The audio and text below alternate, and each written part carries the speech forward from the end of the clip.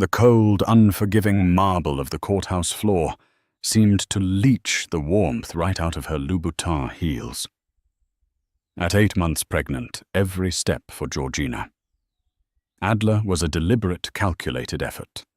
She was here for one reason: to stand by her husband, the real estate magnate Zach Morgan, during his ridiculous headline-grabbing trial. She was his rock, the mother of his unborn son, the silent, elegant proof of his stability. But as she pushed through the heavy oak doors into the silent waiting courtroom, her world didn't just crack, it exploded.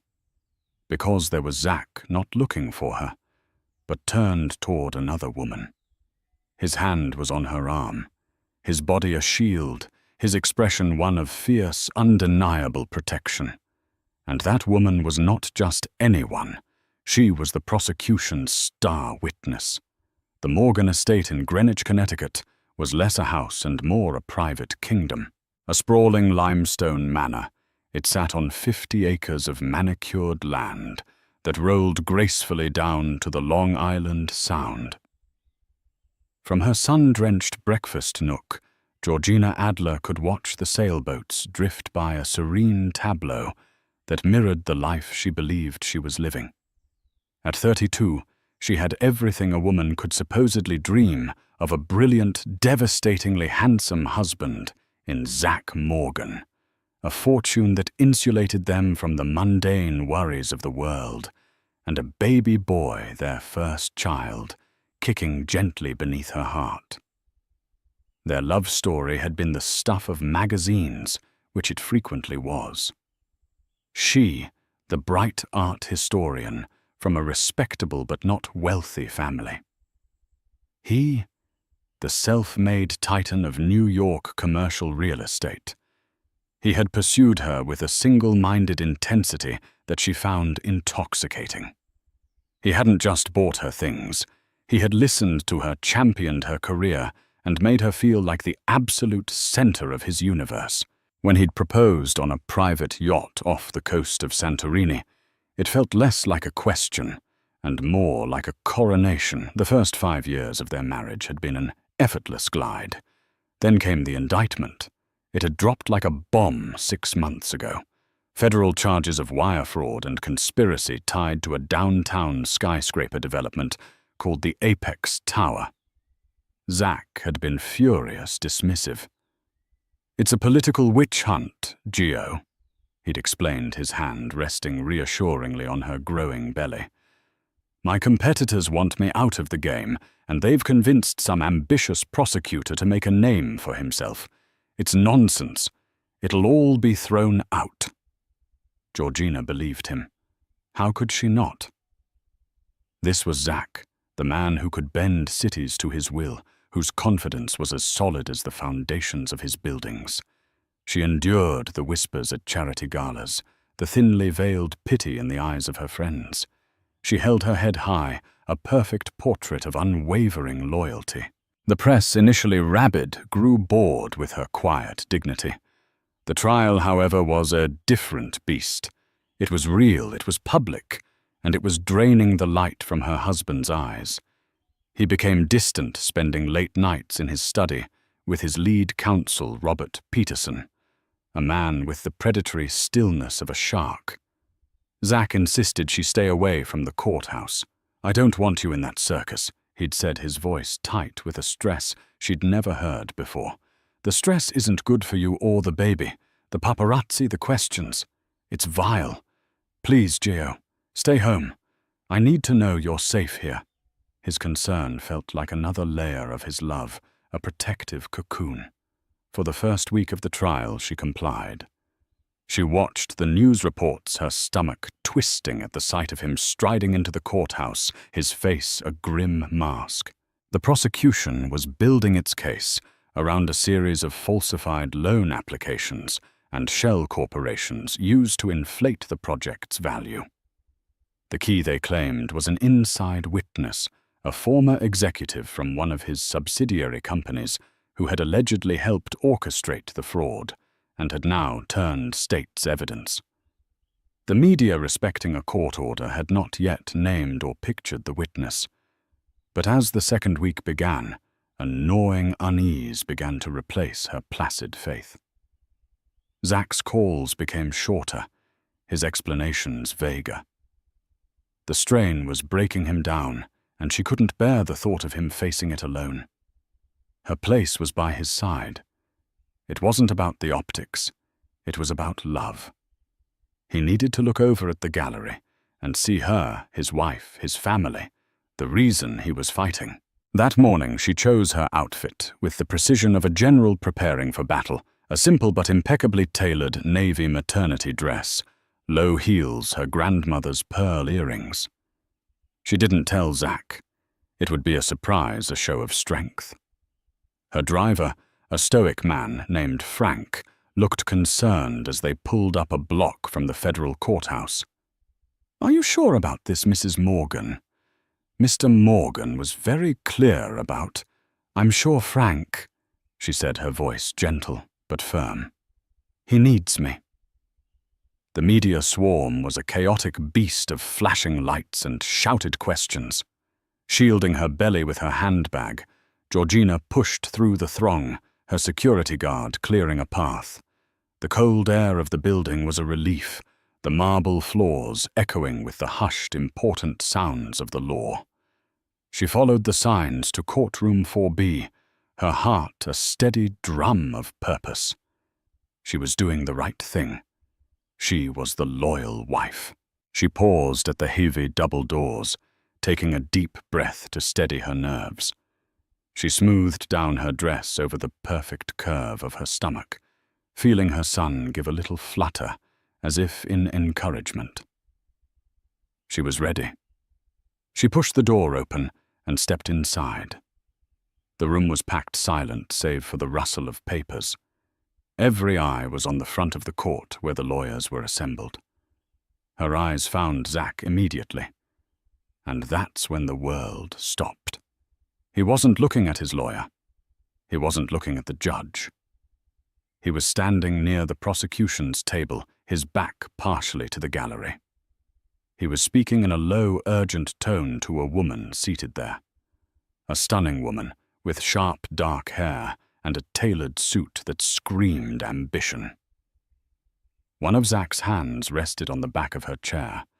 The other was on her forearm, his thumb stroking back and forth in a gesture so intimate, so unconsciously familiar, it stole the air from Georgina's lungs.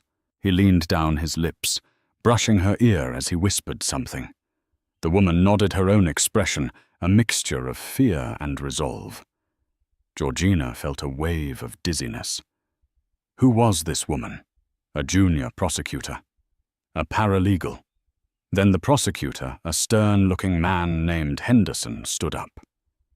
"The people call their next witness to the stand," he announced, his voice booming in the stillness. "Sabrina Valenti." The woman with Zach stood up. As she walked toward the witness box, her eyes swept the gallery and locked with Georgina's for a fleeting, terrifying second. In them, Georgina saw not triumph, but a flicker of something that looked like pity. Zach finally turned his face pale, his eyes wide with panic, as he saw his pregnant wife standing in the doorway, her hand protectively on her belly, her face a mask of dawning horror. The whispers started then, a snake-like hiss that slithered through the courtroom.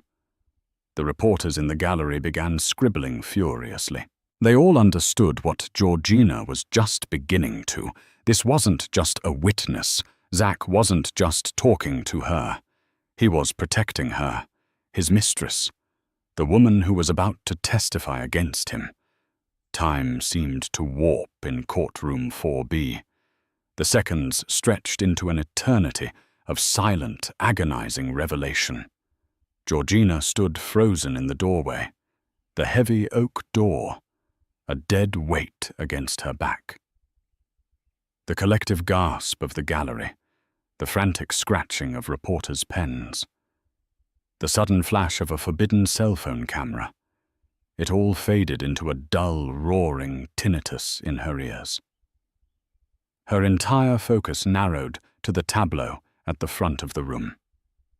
Her husband, Zach, his face a canvas of pure, unadulterated panic, and the woman, Sabrina Valenti, now taking her seat in the witness box, refusing to look at anyone. The intimate protective gesture Georgina had witnessed, the hand on the arm, the whispered secrets, wasn't a fleeting moment. It was a language, a history, a betrayal so profound it felt like a physical blow. This was the star witness, the linchpin of the government's case, and her husband had been comforting her, shielding her. A court officer moved toward Georgina. "Ma'am, you need to be seated or exit the courtroom." Her body responded before her mind did. She stumbled backward, pushing out into the marble hallway, her hand flying to her mouth to stifle a sob. The world tilted violently, the cool stone floor seeming to rush up to meet her. Her security guard, Ken, was instantly at her side, his large hand on her elbow steadying her.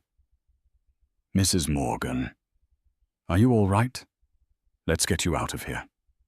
She could only nod. Her vision blurred with tears she refused to let fall. Ken guided her through a side exit, away from the piranha swarm of media at the front entrance. But it was too late. A few reporters, sensing a bigger story, had already circled around. "Mrs. Morgan, what's your reaction to the witness? Did you know your husband was involved with Sabrina Valenti? Are you standing by him?" The questions were brutal, invasive projectiles. Georgina felt her stomach clench a sharp, painful cramp that had nothing to do with her pregnancy. She huddled against Ken's side as he shoved them into the waiting town car. Frank, the driver, took one look at her ashen face in the rearview mirror and pulled away from the curb. Without a word, his movements swift and efficient. The drive back to Greenwich was a silent, suffocating blur. The lush greenery of the Merritt Parkway, usually a comfort, seemed to mock her with its vibrancy. Her gilded cage was waiting, but its golden bars now felt like cold, hard iron. Every memory, every shared laugh, every promise Zach had ever made replayed in her mind, now tainted and grotesque. His insistence she stay away from the trial, was it to protect her from stress? Or to prevent her from seeing this? The late nights with his lawyer, were they all about legal strategy, or were some of them about her? When she arrived home, the sprawling mansion felt cavernous and hostile. The scent of fresh lilies arranged by the housekeeper was nauseating. She went straight upstairs to their master suite, the room she had so lovingly decorated in shades of cream and soft blue, and walked into the cavernous closet. On one side hung her bespoke dresses and gowns. On the other, Zach's perfectly tailored suits, rows of them, each one a uniform of his success, and she now realized his deceit. She sank onto the plush ottoman, the fight finally leaving her. The sobs came, then violent, body-racking tremors that shook her from head to toe. She cried for her marriage, for the fool she had been, for the life she thought she had. Most of all, she cried for the innocent child inside her, this little boy who was about to be born into a maelstrom of scandal and lies. Hours later, Zach came home. She heard the front door, his heavy footsteps on the stairs. He found her in the closet, still sitting on the ottoman, her eyes red-rimmed and swollen, her face a pale, tear-streaked ruin. He didn't rush to her. He stopped in the doorway, his own face haggard, etched with a mixture of guilt and exhaustion. "Gio," he began, his voice a hoarse whisper. "I can explain." Georgina let out a sound that was half laugh, half sob. "Explain. Explain. What, Zach? That the woman trying to send you to prison is your mistress, that you were comforting her, protecting her, right in front of the entire world, in front of me. It's not what it looks like, he said, taking a step closer. It was the classic pathetic line of every cheating husband in history. Then what is it? She shot back, her voice raw. Because what it looks like is that my entire marriage is a lie. Sabrina, she's terrified, he said, his words carefully chosen. The prosecutors are railroading her. They've threatened her with charges, threatened to ruin her life if she doesn't testify against me. They've twisted everything. I was just trying to keep her calm, to remind her to tell the truth. Georgina stared at him, searching for a flicker of sincerity, a hint of the man she had married. She found nothing but a desperate stranger. The truth. And what is that? Did you sleep with her? Zach. He hesitated. A fatal, damning pause that stretched for a heartbeat too long. It was a mistake, he finally mumbled, looking at the floor. It was a long time ago. It's over. It meant nothing. Gio, you and the baby. You are my life. She is nothing. She's not nothing. Georgina's voice rose, cracking with anguish. She's the woman who holds your entire future in her hands, and you felt the need to stroke her arm and whisper in her ear today. Did you think I wouldn't find out? Or did you just not care? Of course I care. I told you not to come. He fired back, a flash of anger cutting through his feigned remorse. I was trying to shield you from this ugliness. This is exactly what I didn't want to happen. The accusation stunned her into silence. He was blaming her. He was twisting his deceit into a misguided act of protection. He was angry that she had shown up and witnessed his betrayal, not that he had committed it in the first place. The cold, hard truth of it settled in her bones, chilling her to the marrow. The man she loved wasn't just an adulterer. He was a master manipulator. He had constructed their perfect life with the same calculated precision he used to erect his skyscrapers, and she had been his most prized, most oblivious tenant. Get out, she whispered, the words barely audible. What? Get out, she repeated, her voice gaining strength. She stood up, one hand still resting on her belly, a gesture that was no longer just protective, but defiant. Get out of this room. Get out of this house. I need to think, and I can't do it while breathing the same air as you. Zach looked at her, his face a mixture of shock and disbelief, as if he couldn't comprehend that his charm had finally failed him.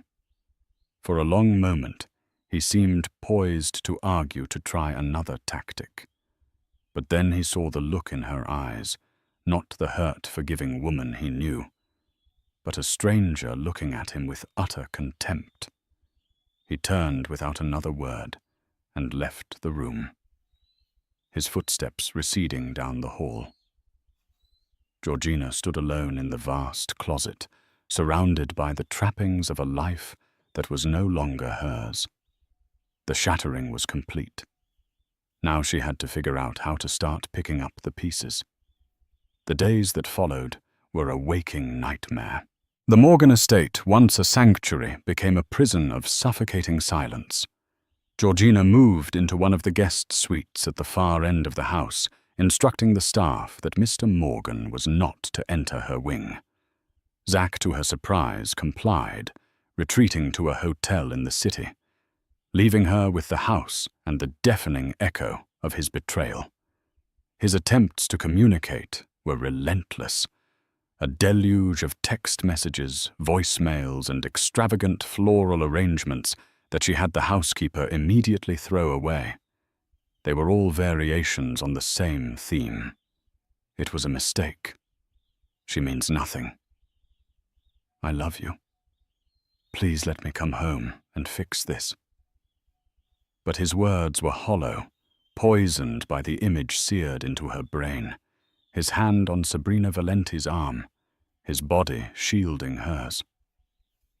It wasn't the gesture of a man ending a meaningless mistake. It was the gesture of a man with a deep, complicated, and current connection. The media was in a frenzy. The courthouse courtesan and the pregnant wife became the leading characters in a sordid public drama. Photos of her fleeing the courthouse, her face pale with shock, were splashed across tabloids and news sites. They juxtaposed them with file photos of Sabrina Valenti, sharp, ambitious, and beautiful, and flattering portraits of the golden couple in happier times. Georgina felt stripped bare, her private agony converted into public entertainment. She stopped watching the news, stopped answering her phone. The pitying calls from friends were almost worse than the silence. She felt fragile, but beneath the fragility, a hard knot of anger was beginning to form. Zach had underestimated her.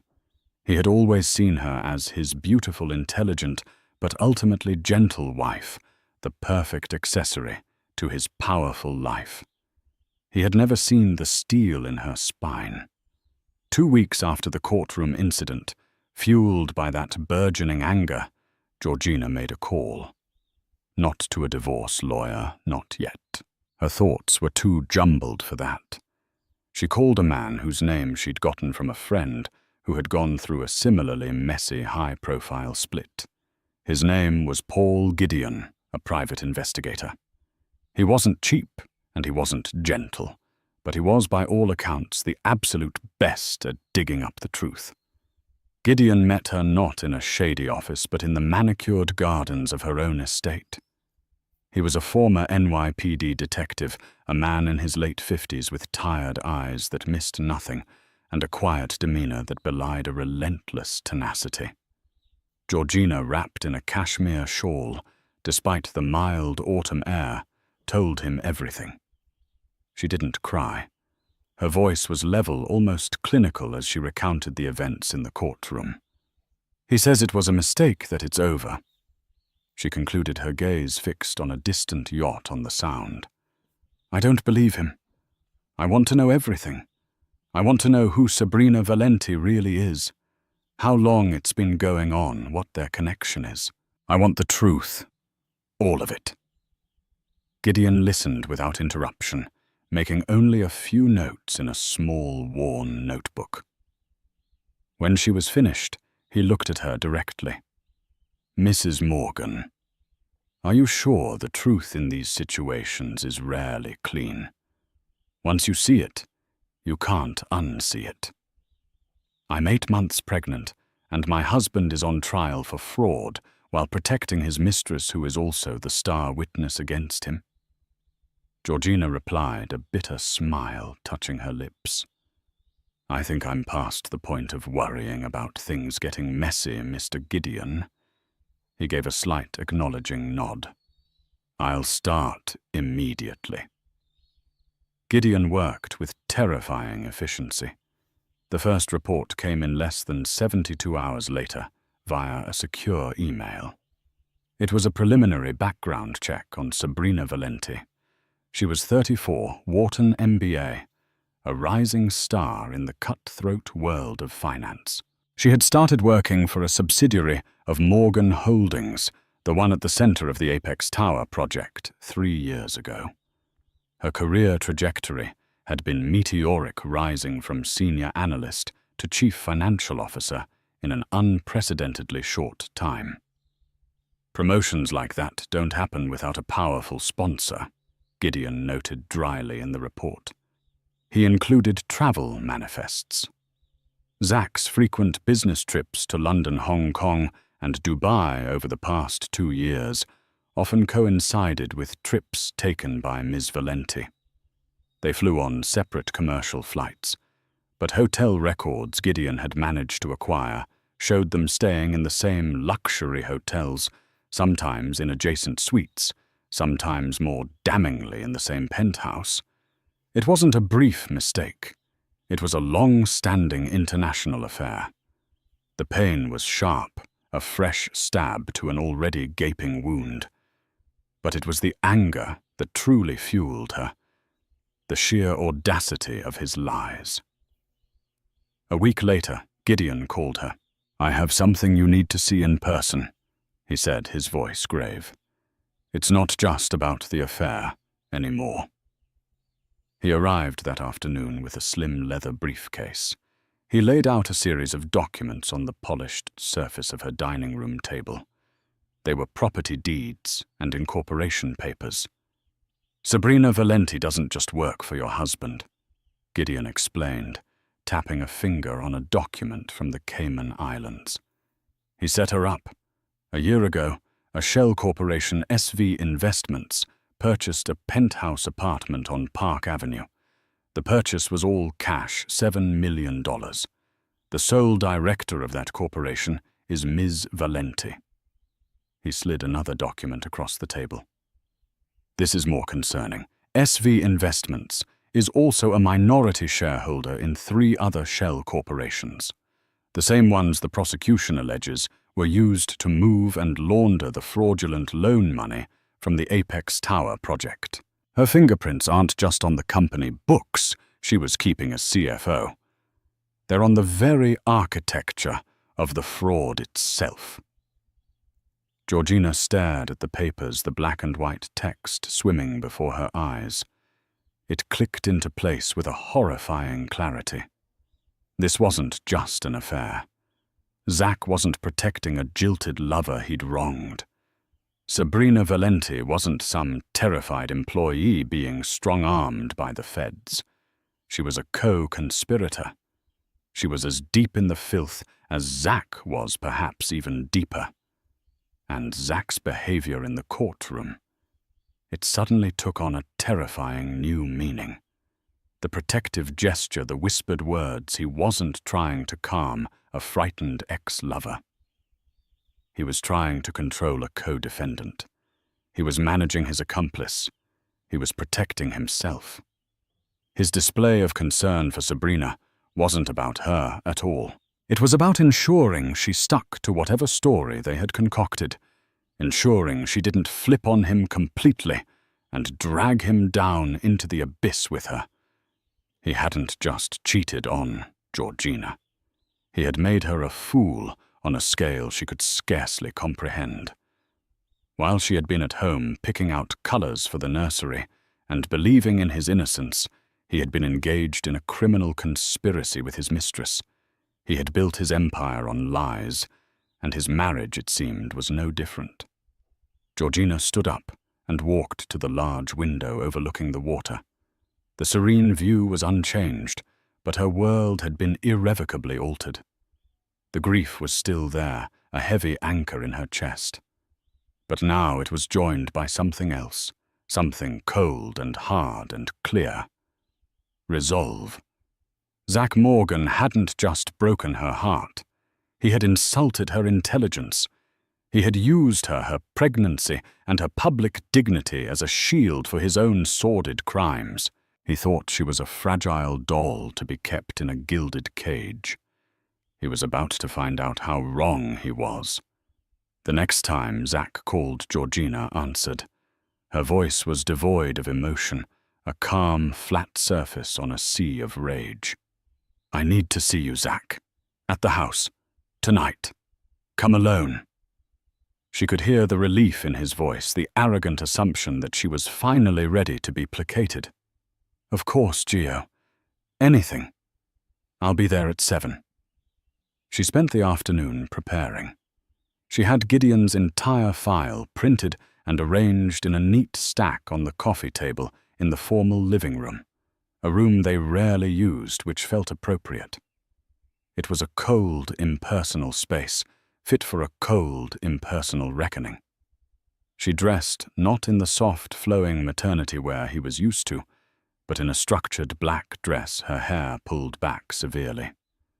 When the doorbell rang at precisely 7, she was ready. Zach entered, looking penitent, holding a single white orchid. He stopped when he saw her expression. The hopeful, apologetic look on his face faltered. Gio, you look... Don't... She cut him off, her voice like ice. Sit down. He sat warily on the edge of a silk sofa, placing the orchid on the table beside the damning pile of documents. I know you think I'm a fool, Zach. She began, remaining standing. I know you think I'm just the heartbroken wife who can be won back with apologies and expensive flowers. You've been lying to me for years, not just about the affair, about everything. She picked up the first document, the hotel records from his business trips with Sabrina. A mistake. A long time ago, Dubai 6 months ago, Hong Kong 8 months ago, the penthouse suite at the Connaught in London a year ago. Mistake after mistake after mistake, Zach. For years. His face paled. Gio, It was complicated. Oh, it's much more complicated than that, she said, her voice dripping with sarcasm. She tossed the hotel records onto his lap and picked up the next file. Let's talk about Sabrina's $7 million Park Avenue apartment, the one purchased for her in cash by a shell corporation you funded. Was that a going-away present for the mistress you insisted meant nothing to you? Zach flinched as if struck. He stared at the papers, then back at her, his eyes wide with a new kind of fear. This wasn't the emotional argument he had prepared for. This was an ambush. Where did you get this? That doesn't matter. Georgina snapped her control, beginning to fray. She threw the final stack of papers onto the table, the incorporation documents, linking Sabrina Valenti to the fraudulent shell companies. What matters is this. You didn't just have an affair, you son of a bitch. You had a partner, a criminal partner. You put her at the center of your filthy little scheme, and now you stand in court, pretending to protect the frightened witness, when what you are really doing is managing your accomplice. The accusation hung in the air, undeniable and ugly. Zach's carefully constructed facade crumbled, completely replaced by the raw panic of a cornered animal. You don't understand the pressure I was under. He burst out, rising to his feet. The deal was falling apart. It was either this or bankruptcy. Everything we have, this house, our life, it was all on the line. Our life. She laughed, a harsh, bitter sound. There is no our life, Zach. There is the life you live, and the stage play you directed for me. You used me. You used our marriage, our unborn son. You stood in that courtroom and humiliated me in front of the entire world, not out of love for her, but to save your own skin. You were worried she'd flip on you and tell the whole truth, weren't you? He had no answer. His silence was her confirmation. I am done, she said, her voice dropping to a low, dangerous whisper. I am done being your alibi. I am done being your prop. And I am done being your wife.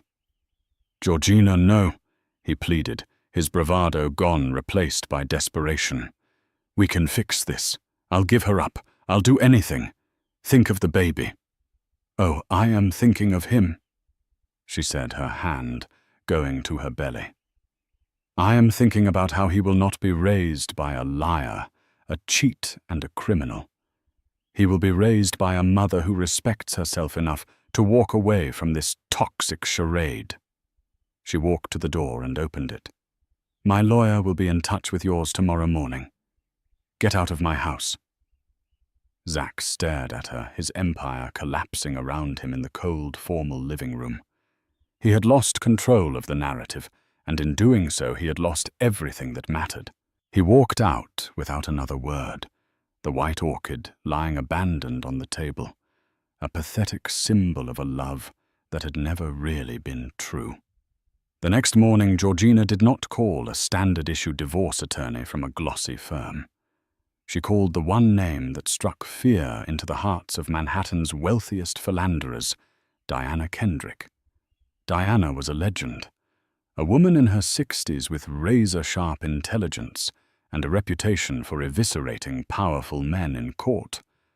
Her office overlooking Central Park was sleek, modern, and intimidating. Georgina laid out the entire story, including Gideon's file. Diana listened intently, her steepled fingers pressed to her lips. She didn't offer sympathy.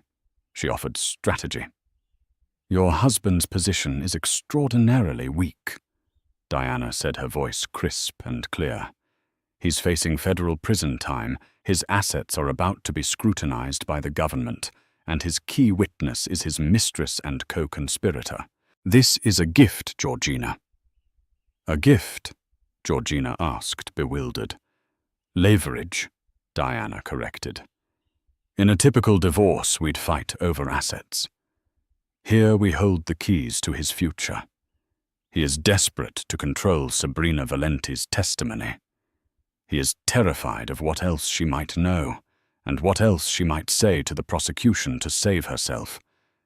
And you now have a direct line to his greatest vulnerability." A slow, audacious idea began to form in Diana's eyes. "He thinks this is a two-player game, him versus the government. He's forgotten about the third player on the board, the one he discarded." Diana leaned forward, her expression intense. "The media has painted you as the victim, the poor, pregnant wife. It's a powerful position, but we are not going to play the victim.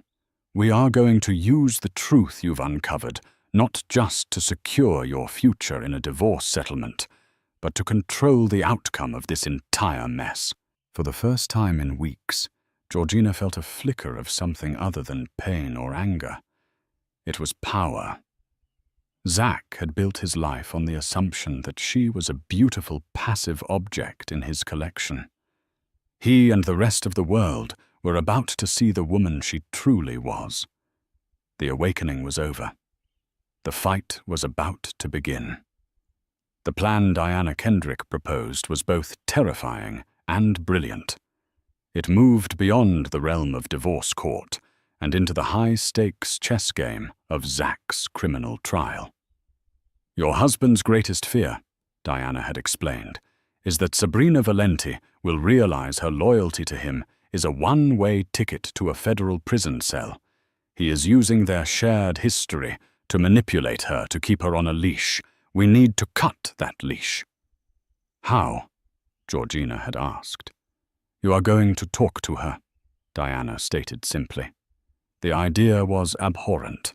Meeting the woman who had shared her husband's bed, who had helped him betray her on every conceivable level, felt like swallowing glass. Yet the strategic genius of it was undeniable. Georgina and Sabrina were the two women Zach was trying to play against each other, assuming they would be blinded by jealousy and rivalry. He would never in his wildest, most arrogant dreams conceive of them communicating, let alone cooperating. Finding Sabrina was the easy part. Paul Gideon tracked her to a corporate rental in a nondescript Tribeca building, a temporary home since her own penthouse had become a piece of evidence. Getting her to agree to a meeting was the challenge. Georgina didn't use lawyers or intermediaries. She sent a simple, hand-delivered note. "Ms. Valenti, I know what he promised you, and I know what he is threatening you with. He is playing us both. We should talk. Alone. G.A.M." The calculated risk paid off. 2 days later, a text message appeared on a new encrypted phone Diana had provided. A time and a place. A small private room at a discreet hotel in Midtown. Georgina arrived first, her heart pounding against her ribs. She felt her son kick a small, reassuring presence. She was doing this for him, for their future. When Sabrina Valenti walked in, she looked smaller and more worn than she had in the courtroom. The sharp, ambitious armor was gone, replaced by a deep-set exhaustion and a palpable fear. She clutched a Chanel handbag like a shield. For a long moment, they simply stared at each other across the small table, the two poles of Zach Morgan's life, two women who should have been mortal enemies. It was Georgina who spoke first, her voice steady. "Thank you for coming." Sabrina gave a short, mirthless laugh. "I'm not sure if I'm brave or just incredibly stupid. His lawyers told me not to speak to anyone, especially not you." "His lawyers are trying to protect him, not you," Georgina stated flatly. She pushed a single piece of paper across the table. It was a copy of the deed to Sabrina's Park Avenue apartment, purchased by the Shell Corporation. "He bought you a $7 million cage, Ms. Valenti, and now the feds have the key." Sabrina glanced at the paper, her composure cracking. "What do you want?"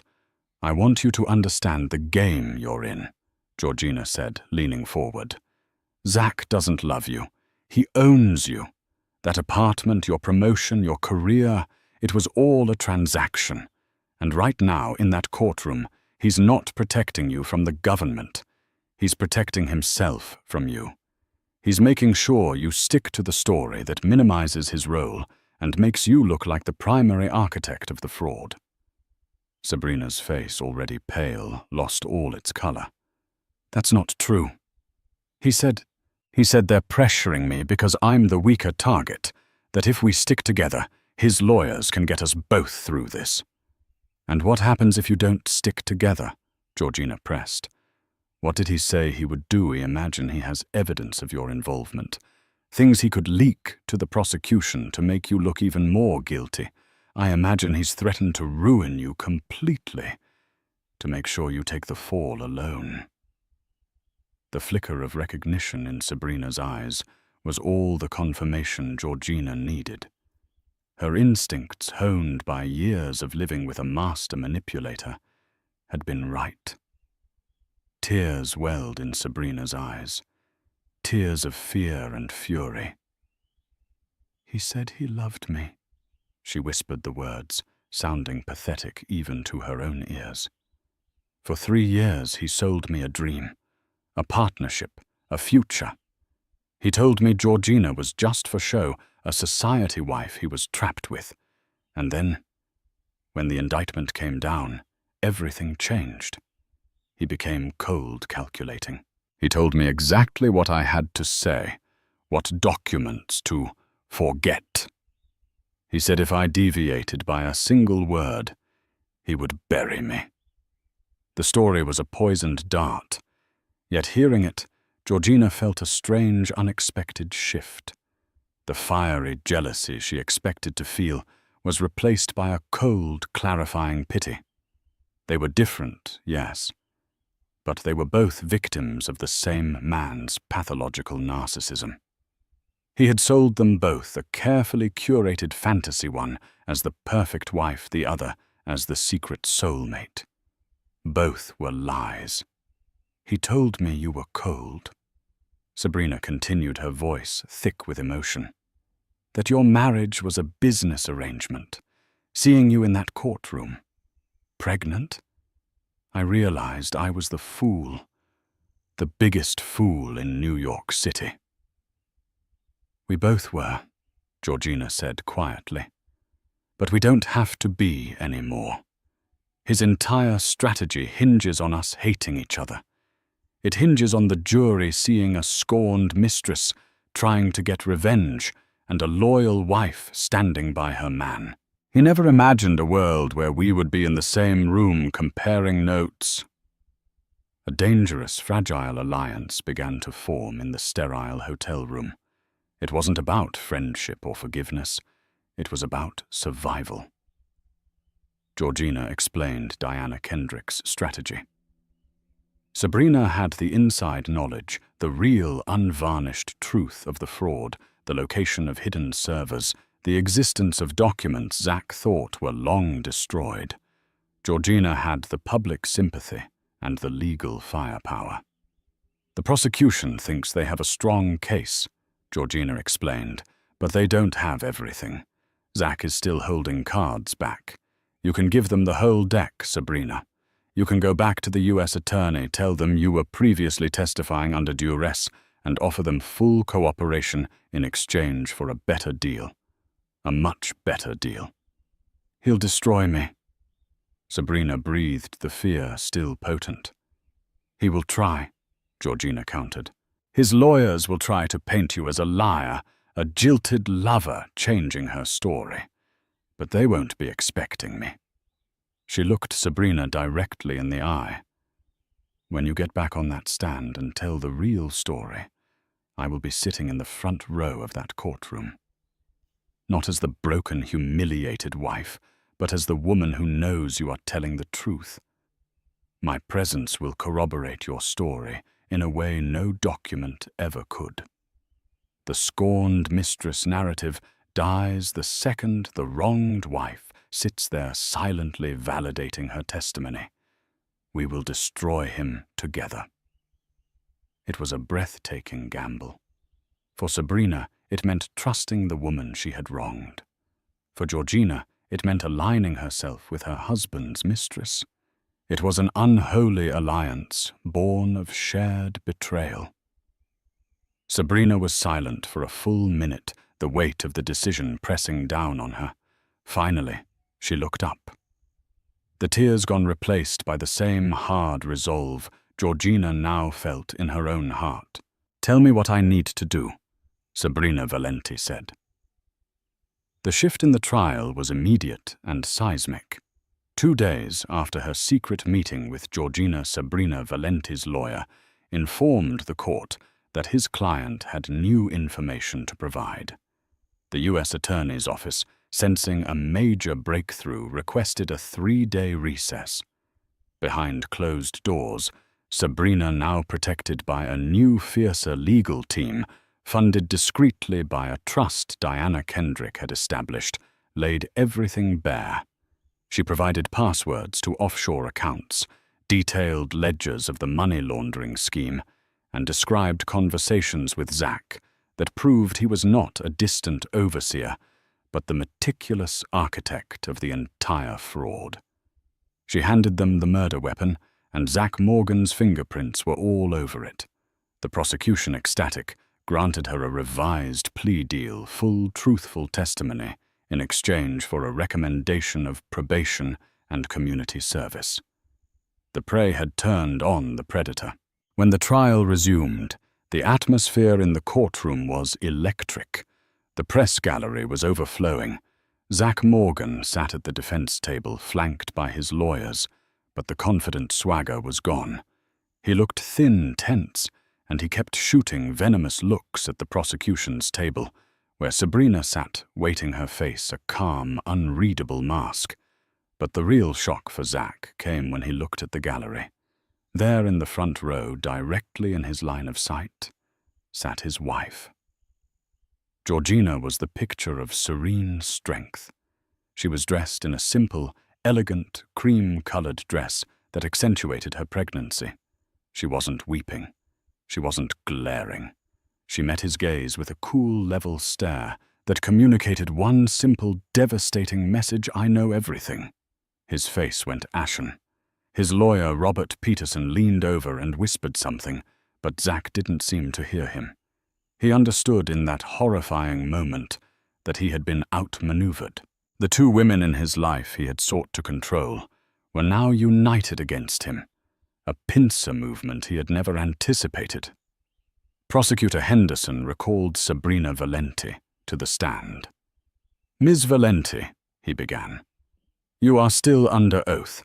I would like to direct your attention to your previous testimony regarding the Apex Tower financing. Is there anything you would like to clarify or amend? Yes, Sabrina said, her voice clear and strong. I would like to amend all of it. I was previously testifying under duress, following a script provided to me by the defendant, Zach Morgan. A wave of murmurs swept the courtroom. The judge banged his gavel for order. For the next 6 hours, Sabrina meticulously deconstructed Zach's empire of lies. With Henderson guiding her, she detailed how Zach had personally instructed her to create the shell corporations, how he had dictated the fraudulent figures on the loan applications, and how he had coached her on what to say if they ever got caught. She produced emails from a private server, the location of which she had given the feds, that showed Zach's explicit instructions. Robert Peterson's cross-examination was brutal.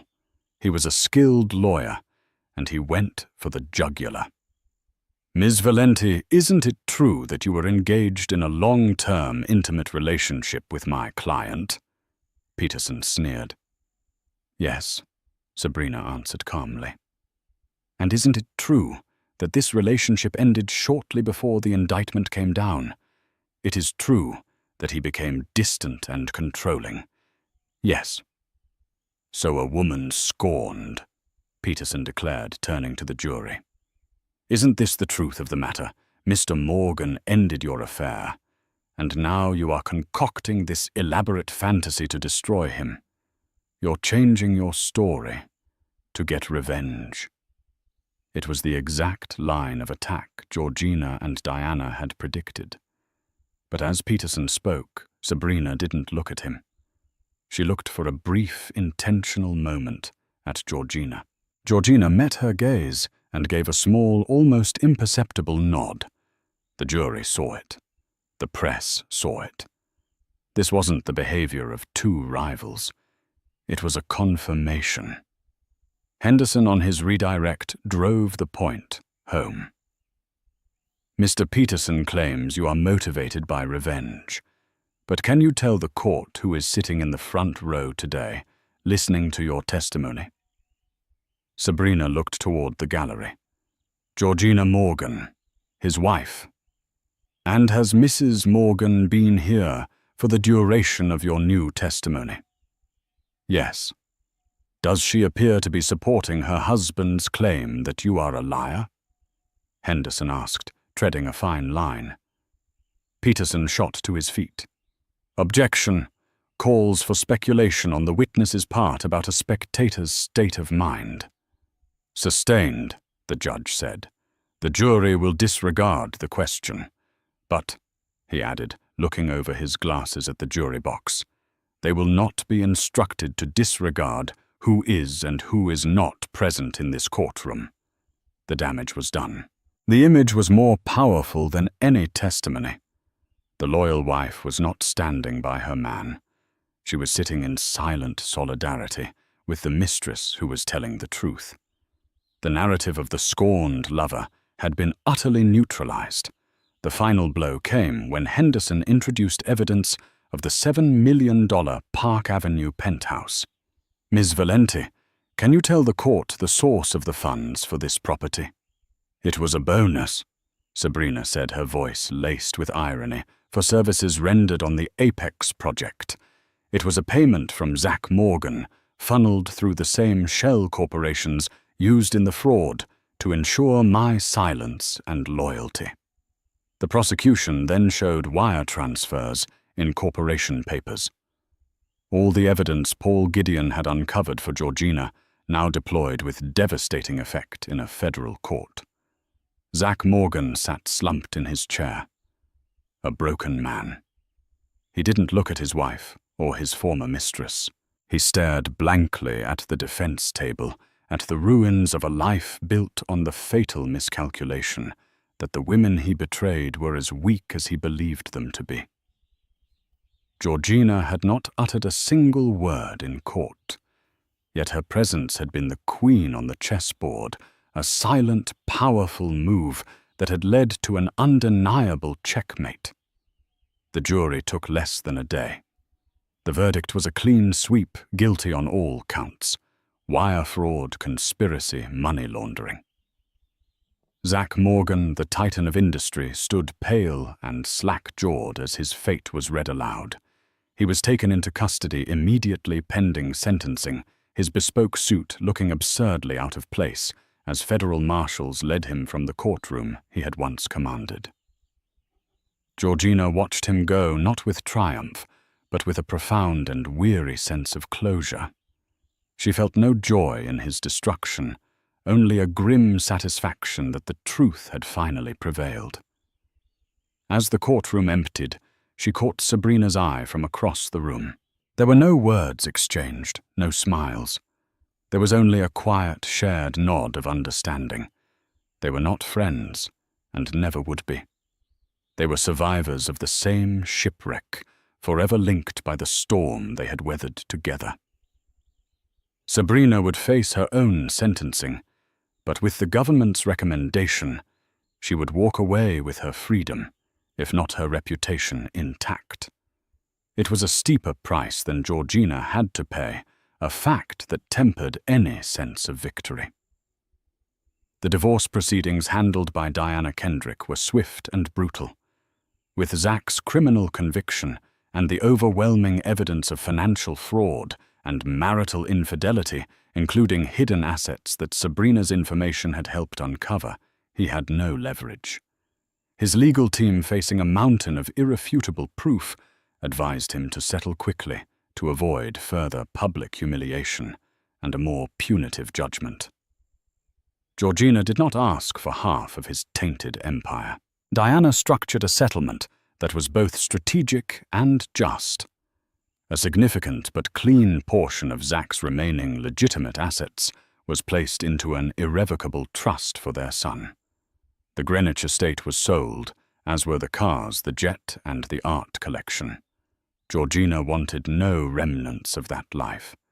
She took enough to secure her and her child's future, comfortably severing all financial ties to the Morgan name and its criminal legacy.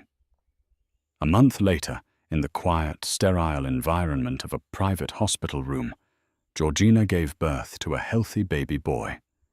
She named him Nicholas, a name with no connection to the Morgan dynasty.